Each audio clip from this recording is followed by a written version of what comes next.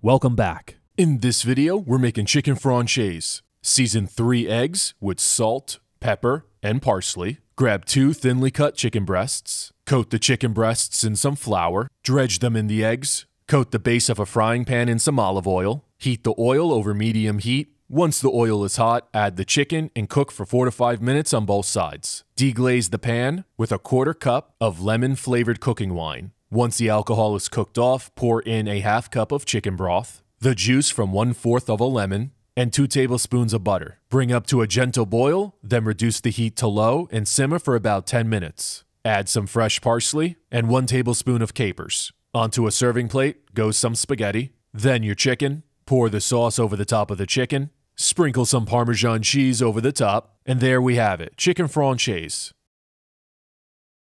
That's it for today, guys. Drop a like and a comment below. Subscribe if you're new. I'll see you next time.